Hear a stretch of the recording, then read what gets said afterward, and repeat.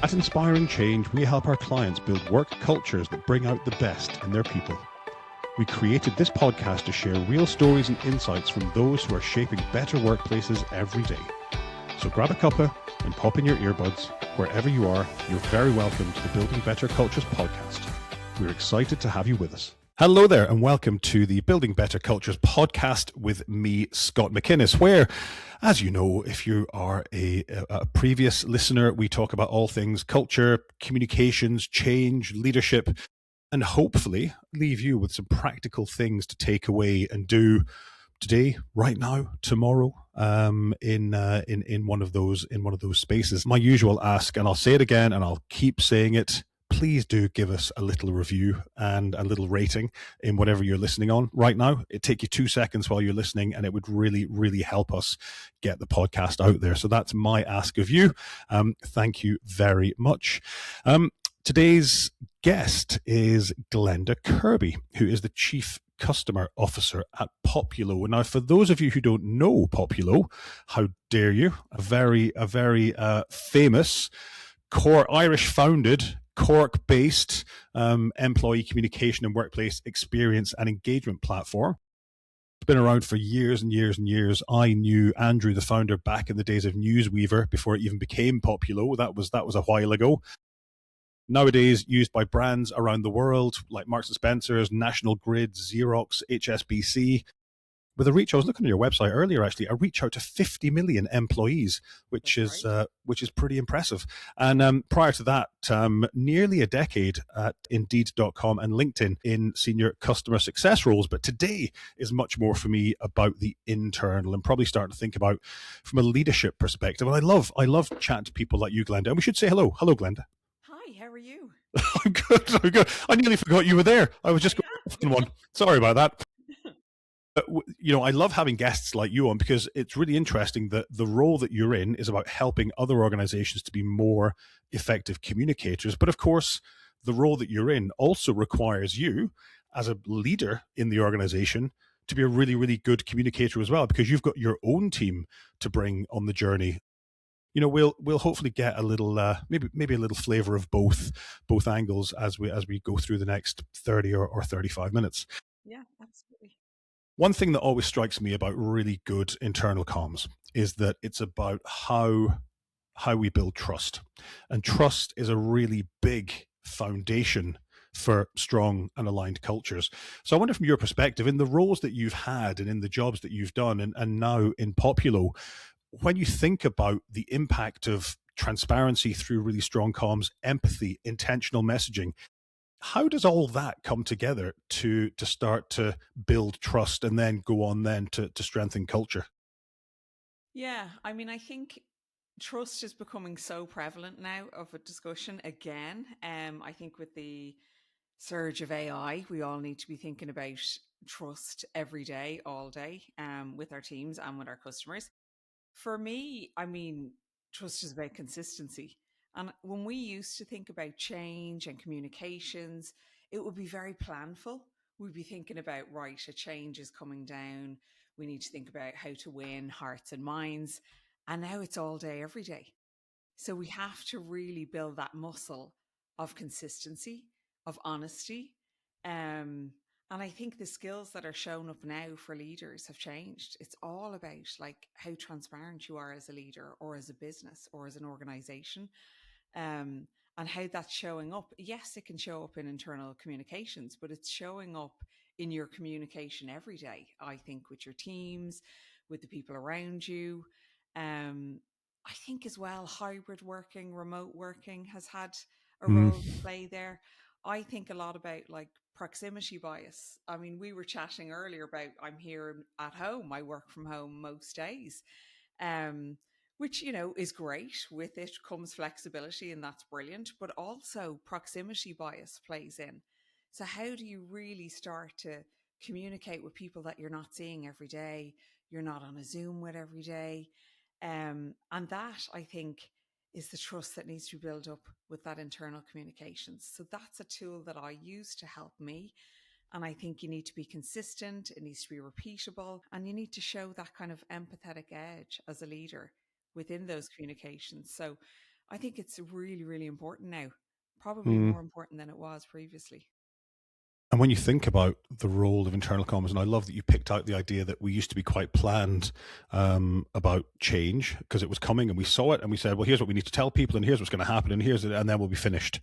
And actually, it now goes on and on and on. And actually, it was interesting. I was at a conference yesterday and one of the speakers spoke about the fact that these days it feels like there's big news all the time.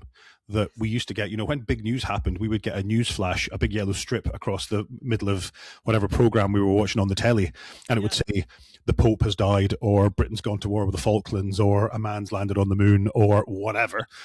These days, there's so much coming at people. How much of that do you think is getting in the way of organizations really been able to land the messages they want? Because we talk about this idea of change fatigue, and I'm not entirely sure that that's just a work thing. I think it's just a life thing. There just seems to be a billion things going on all the time. So how can leaders and organizations cut through that noise or contend with that? Yeah, and I mean, in life and in work, I totally agree with you. Like we're all people just sitting here trying to do a job. It is constant, isn't it? I feel the pace has just accelerated in the last 2 or 3 years, and we do need to figure out how to cut through the noise. And I think how I like to do it is, it's a nice, let's not just always be talking about business and a message coming through that you need to absorb through whatever channel you're using. It's all omni-channel now. We're trying to contact people where they're at, which is important, right? I think that is. I like to consume information probably in a different way than you like to. So I think we have to humanize it.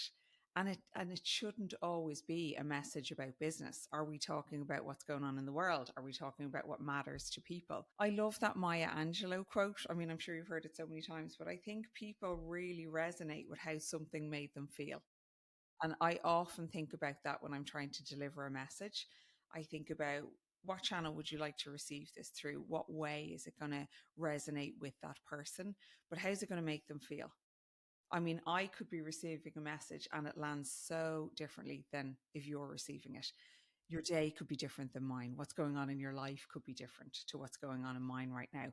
And I think thinking about that is really important.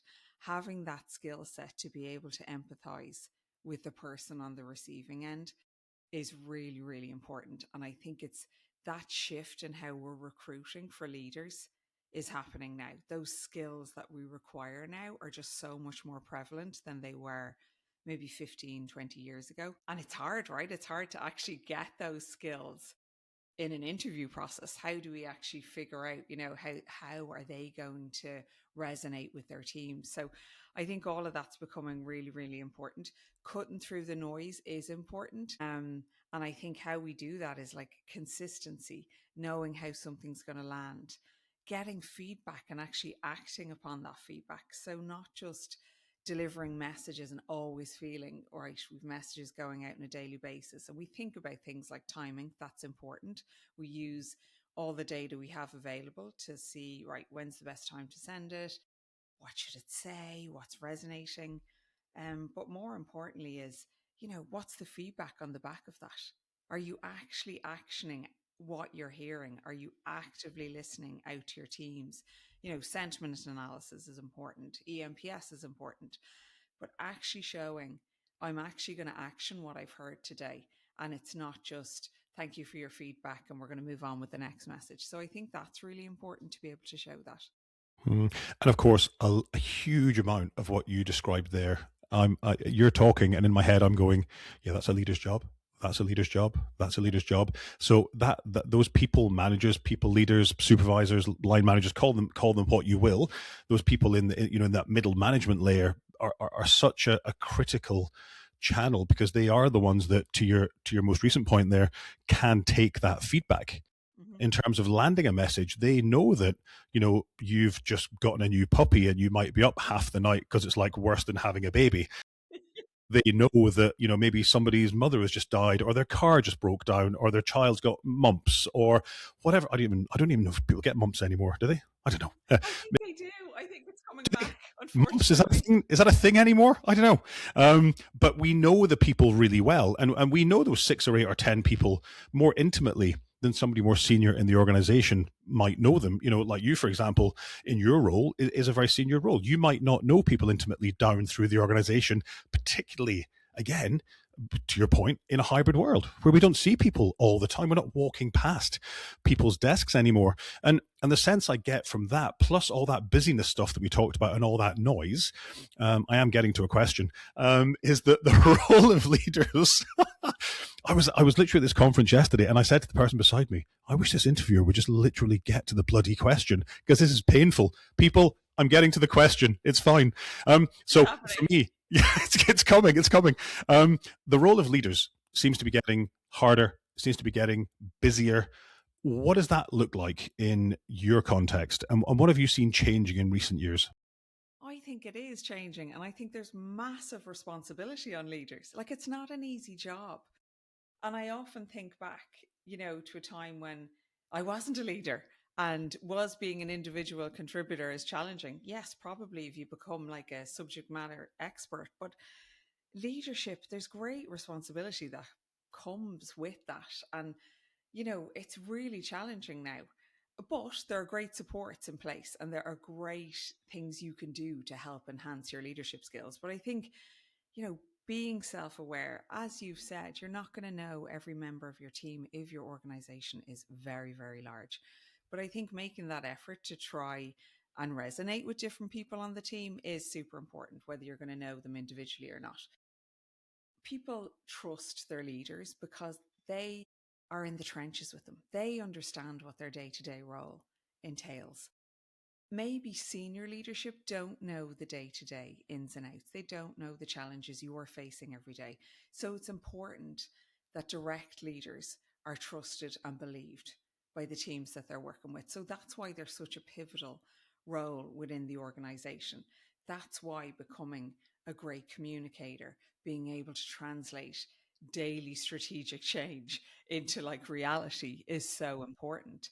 And I think that's why it's becoming a real challenging role. I had a conversation with a coach yesterday about like finding space to actually think.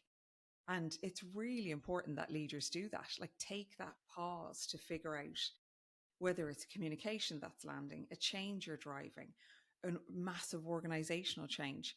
Really taking that time to pause and actually think, how's this going to resonate is very important. And we're not doing that as much. Well, my sense is that organizations don't put store on that, do they? No, Do organizations put store on giving you, Glenda, time to pause and think and reflect in your job? no, but No. Glenda needs to think about it if she's going to become an effective leader. So having that boundary and knowing, I need this as a leader. I love the phrase, the pause is as powerful as the push. And I know some leaders don't because they feel, whoa, now we don't want everyone sitting down having a nice pause. But is it better to be running around and not thinking about the impact, or actually taking a minute to really think how this is going to resonate?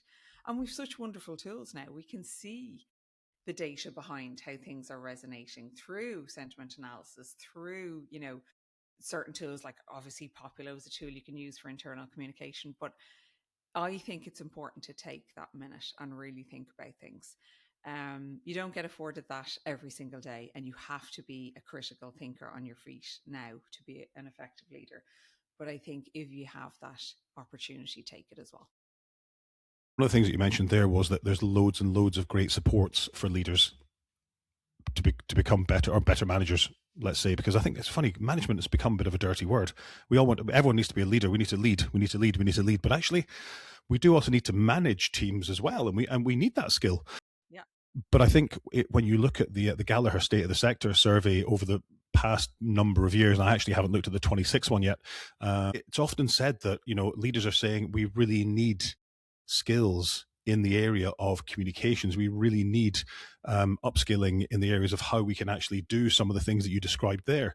And organizations still aren't investing in those things. Why do you think that is? There's an obvious skills gap there. We know it's important. Nobody on this podcast has ever said, "Oh no, I think that people, leaders, and middle managers aren't a good channel at all for communications. I think we should just send more emails." Said nobody ever. So why aren't companies investing in it? What's getting in the way? Yeah, I think noise. I think what you said at the beginning, it's like, okay, AI is coming. AI needs to be our new skill. How do we lead through transformation? I think so much is coming on top of us that we're forgetting the foundations of actually how we deliver all of this change. And it's so important to invest in it. And it sometimes becomes what's of the minute? What are we talking about now? I mean, I was having dinner with my husband last night. He's an engineer. We were talking about Claude. How can I learn Claude over the weekend? Not a very cool conversation to be having with your husband over Over dinner. dinner. But, I'm so aware as a leader now that I need to develop those skills. So, that becomes a topic of conversation. We have to invest in it. And if you're a leader, you should be holding your leadership team accountable for these skills because you need them. And when I think about those skills, like clarity, if you are able to deliver clarity in the moment when you need to be communicating to a team, and it's not always easy, but that's a skill, and it's a skill you need to learn. And I mean, definitely in my time at LinkedIn, I worked with some incredible leaders who taught you how to communicate. It was actually a class that you would go to. And I'll never forget this. One of the leaders, he was great. He said, answer the question first. So when you're asked something, is the answer yes or no? Answer it, and then you can go off and provide clarity.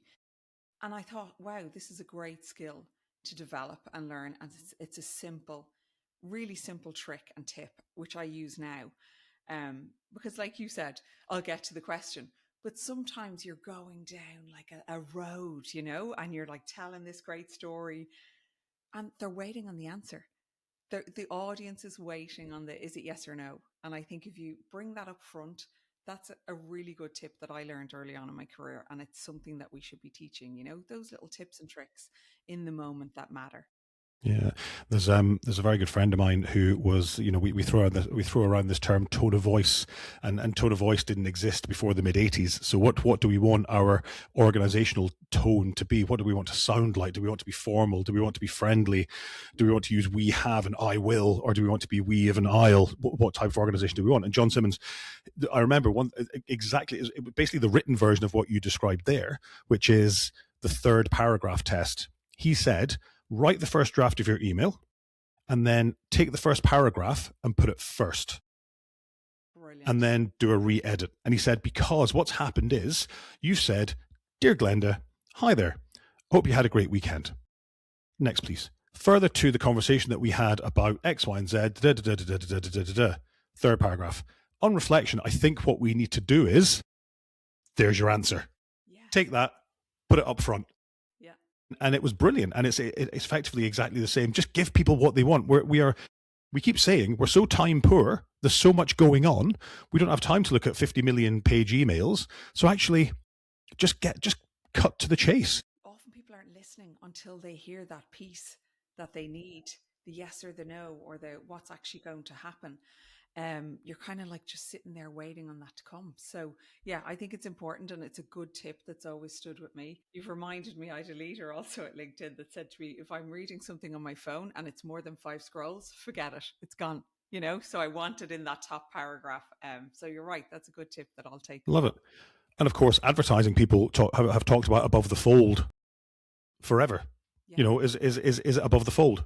That's the most expensive, because that's the bit that people look at and the bit that people read. Exactly. And I suppose that's the today version of your 5 scrolls.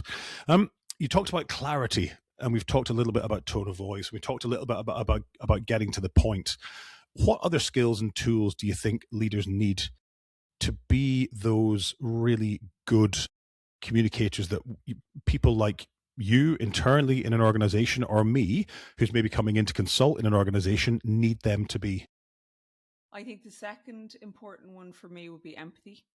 And I think always lead with good intent. Always receive every communication, every interaction should be okay. We're all starting in a good place. We all have to be able to demonstrate empathy. And it was interesting to me. I had a conversation with a colleague a while ago, and they were like, I actually amn't good at this. And I was like, oh, I thought everybody had empathy or was able to display empathy. And no, it's tough for some people. So really leaning in to empathy, or spending time with somebody you think is actually really good at this, listening. Podcasts are great. How do I actually develop this skill? myself, how would I like to receive it? Thinking about that person in the seat that the announcement is landing with, what's, like we've talked about this, what's going on in their lives? How's it going to land with them? How does it affect them? All of that is really, really important. So I think second for me would be empathy.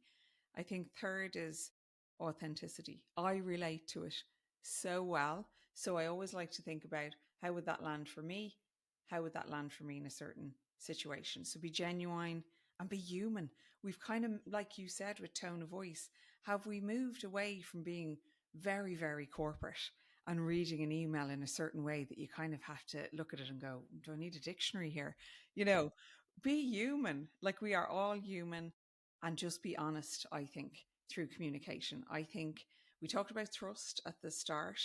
Trust is so important. If you're not going to be honest, human, and authentic, you lose the trust straight away. So for me, I think they're really core skills. Tools we've talked about, sentiment analysis, amazing, but you have to act on it. Have a clear plan.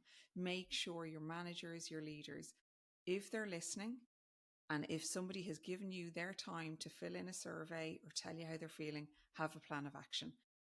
I can't emphasize that enough. I think it's so important. And we often forget that step, or we let it slide. We say we have a plan, and then we're revisiting sentiment analysis in the next 6 months, and we haven't solved what we heard in the first 6 months. So I think to me, with customers and internally, still a really important tool. Yeah, yeah. I was chatting to a potential client the other day that had approached us about a bit of work, and they've gone through a really, really tumultuous time over the past 18 to 24 months. And she said, "Oh, we have to do a culture survey every year now. We've been told by the board, and we did one last year, and Okay. we've done nothing with the results, and we've got another one coming up." Oh, And I said to her, "You know what? If you just to set your expectation, if those results come back and they're the same as they were last year, and they were described as the results were described as like somebody coming into the boardroom and throwing a dead dog on the table."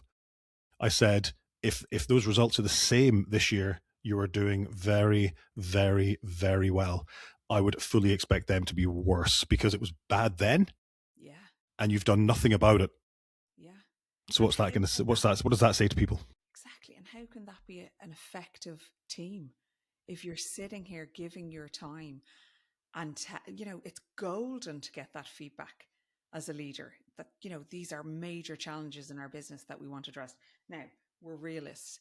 You're not going to solve them all, and it's better to be transparent and say, we hear you, we're working on this one, we're not going to have a fix in the next 12 months, but here's the steps we're trying to take. I would much prefer to hear that than, oh, it's come up again, it's getting worse. So I think you need to be honest in that moment as well, and consistent, um, if you're not going to be able to make an impact or drive a change that people want to see.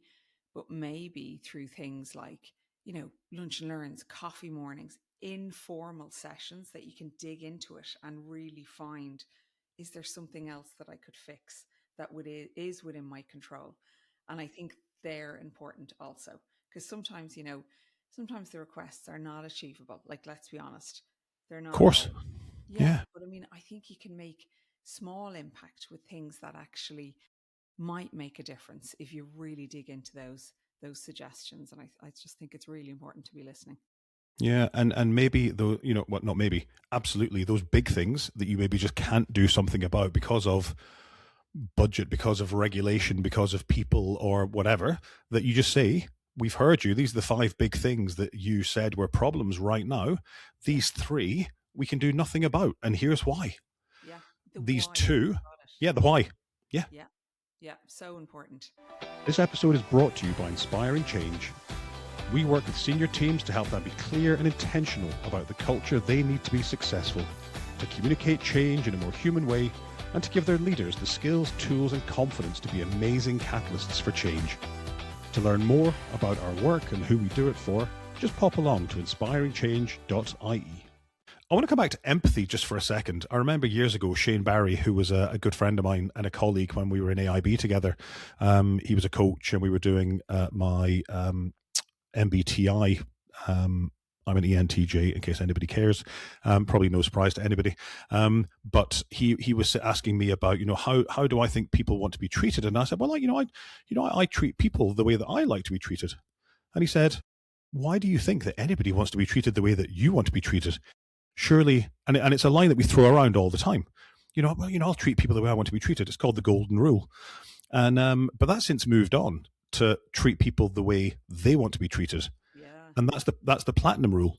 And I wonder what difference does that make for leaders and people on their teams?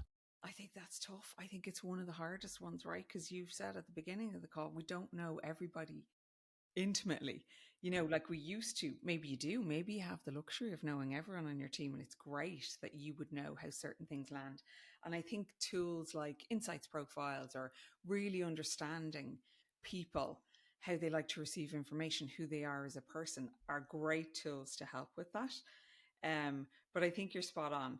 We're all so different. We need to acknowledge that, and we need to understand how we can deliver complex messages to different types of people, but we can use different channels for that.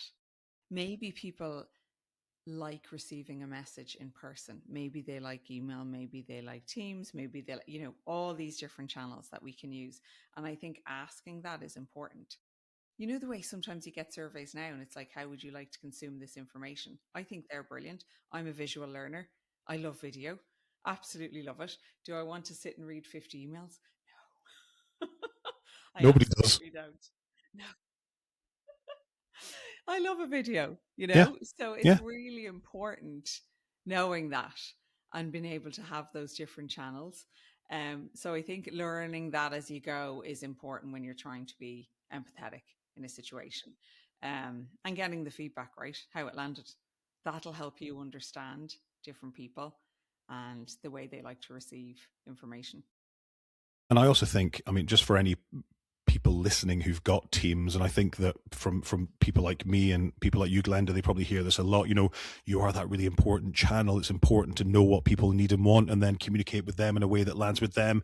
And there's people probably listening to this going, "Oh Jesus, that means I've got to So that means I've got to communicate with my team of 10 in 10 different ways." Yeah. The answer is no, and because I don't think realistically you could really do that. But I think what No. you do is you try as much as you can to be empathetic and open and vulnerable and say, look, lads, I'm really trying here to meet everyone's needs. We've not got the time to sit down and do this in 10 different ways and 10 different sessions and 10 different meetings. I'd love to do that, Yeah. but we just don't have the time. So I'm trying my hardest to make sure that I'm meeting the needs of all of you. And I think that's okay. Yeah, me too. I also think it's good to try different channels, different ways, Mm, and just see how it resonates. yeah. We don't want to be going to 10 different places though. It's like, a message come out and you're like, where is it? So you just, yeah. I also think like team meetings are still so effective, Oh, you know, yeah. Yeah. just chatting it through. Yeah. How do you think that went this week? How did that message land with the teams? Like old school, but still really effective, and let's not take an hour to deliver these messages, quick, effective, short. Love the new sprint rollouts. Think all of that's really good. Stand Do you want to ups. take, Yeah. yeah, do you want to take 10 minutes in the morning just to see what's Mm, going on, get a mm, pulse check? All of that is so effective, I think. mm. Yeah, Shane tells a wonderful story of he's getting loads of name checks. I'm gonna have to let him know that he's been name checked Absolutely. twice already.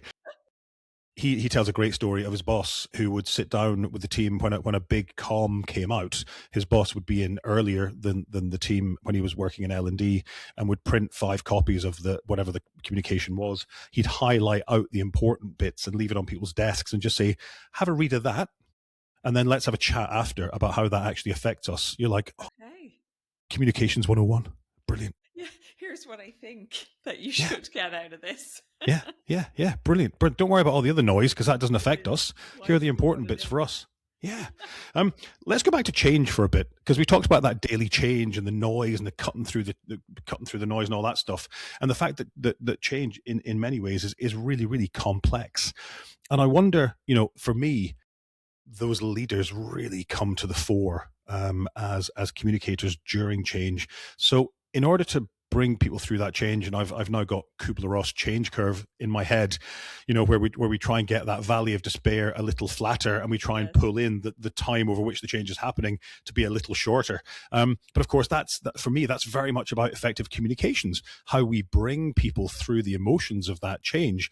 So I wonder how have you seen, or how do you think leaders in the wider organization can really, really effectively bring people through restructures, uncertainty, rapid growth without losing people along the way? Yeah, I mean, so important, especially during those moments, which unfortunately have been often in the last kind of 2 years, which is Yeah, really tough. constant nearly, you would think. Yeah, and with that, people are feeling very uncertain.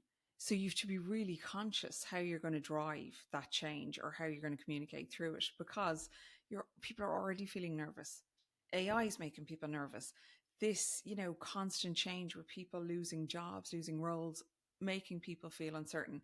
So I think we talked about clarity. So I definitely think that's important. I think accuracy, like really not going out with a message until it's actually the message. There's nothing worse than having to pull it back or having to come on top of it with another message that, what we actually meant was, I think that's unfortunate. So let's really try avoid that. And I think timing matters. I really do. I think, are we going to tell somebody about a change before we're even sure of the impact ourselves? No. Like, let's hold and take that pause until we've actually really examined it. Like, we want to be authentic, we want to be truthful, yes, but we don't want to cause unnecessary stress with teams if we haven't really thought it through.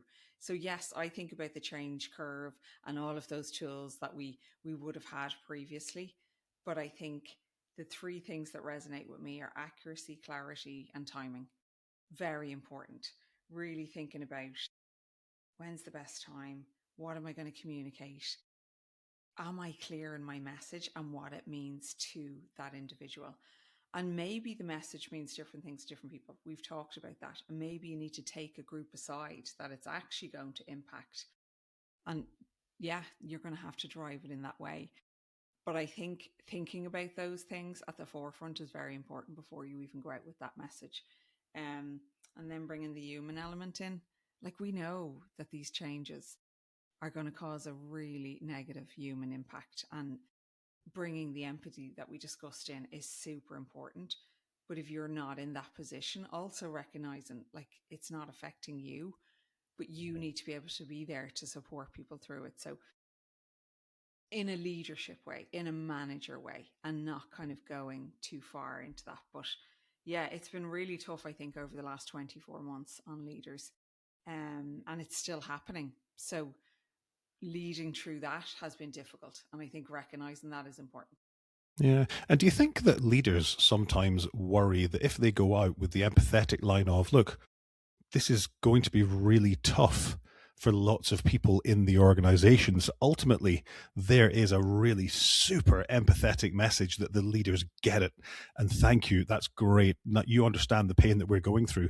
Do you think they ever worry about the fact that maybe I'm seeding an idea? Maybe there's not a worry there at all. And if I go out with this very empathetic message, I might actually start a fire that wasn't there at all. So actually, by being Absolutely. open, honest, and empathetic, then I might kick something off. Yeah, which we do not want. So, I mean, be really clear on when and how and what you're trying to deliver. I always think about the end in sight. What are we trying to do here? Why are we trying to do it? So yeah, absolutely that can happen. I was an engineer originally, and I always think about this bug on your shoulder, we used to call it in coding. If you couldn't see something that was wrong, you'd bring somebody else in to look at it with fresh eyes. And I think that's super important in those moments.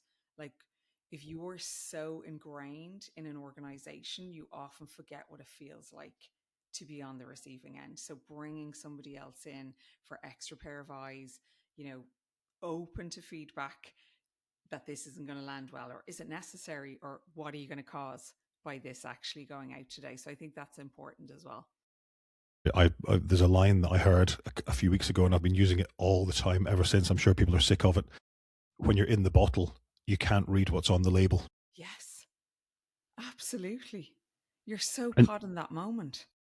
yeah, Yeah. yeah, And yeah. You're that's why just it's sucked in. beautiful. You know, when you join an organization, you're so new and you can actually see what needs to change because maybe you were a customer or, you've come from a competitor. And those golden 60 days, you're like trying to pull everything out because then you're in it. And now you're like, oh, I know how hard this is to change. So I'm not going to bother raising it, Yeah. you know? Yeah, yeah, yeah. And look, there's probably a whole other conversation around when that happens. What does the organizational culture need to be to allow you to come in? Because that is absolute gold.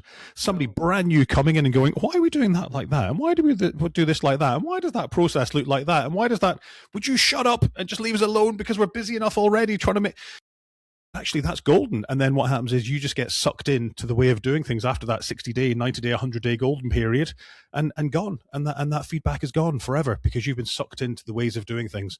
I And that's know. really tough. Yeah. I have this little post-it on my desk and it's like, what do customers want? Like, it's a simple line. What do they want is what I'm trying to think of every day, because you get so caught in. I've got NPS feedback. I've got churn analysis. I've met with these 6 customers, and you've all these things going on that you think they want, but actually, what is it they want? Such a Yeah. clear, easy question, Yeah. that you can ask of your teams as well. So it's those moments of clarity, isn't it, that really matter. Yeah. Yeah. When my daughter was doing her leaving cert a couple of years ago, I kept finding little notes stuck in my notebook a few pages in and on my desk. And I'm looking at one here and it just says, in a world where you can be anything, be kind. Oh, I love that one. Yes. Yes. Yeah. So important. Yeah. Yeah. And I think there's a lot in that. Come here, Glenda, we've run out of time. We, Oh, we are well, it was we are at fab. time. Thank you. I feel like we could just talk for hours about this stuff. And given that you only live up the road, we must get a cup of coffee, as I said earlier. But for now, Definitely. it's been an absolute pleasure having you on. If you want to get in touch with Glenda, LinkedIn is probably the best place, and we can put Yes. your LinkedIn profile in the comments. If you want to find out more about what Poppulo does, poppulo.com, Poppulo, I think .com. That's right. Populo, the Latin for people, and we just added an extra P. So yes, come visit There us. we go. Perfect. Glenda, absolute pleasure having you on. Thanks so much for taking the time. Thanks a million. It was great, Scott. Enjoyed it. Thanks for listening. If you haven't already done so, please take 30 seconds to give us a quick rating and a review wherever you're listening. It really does help. And to hear from other leaders in our podcasts, to read our blogs, or to find out more about the work that we do, please visit inspiringchange.ie.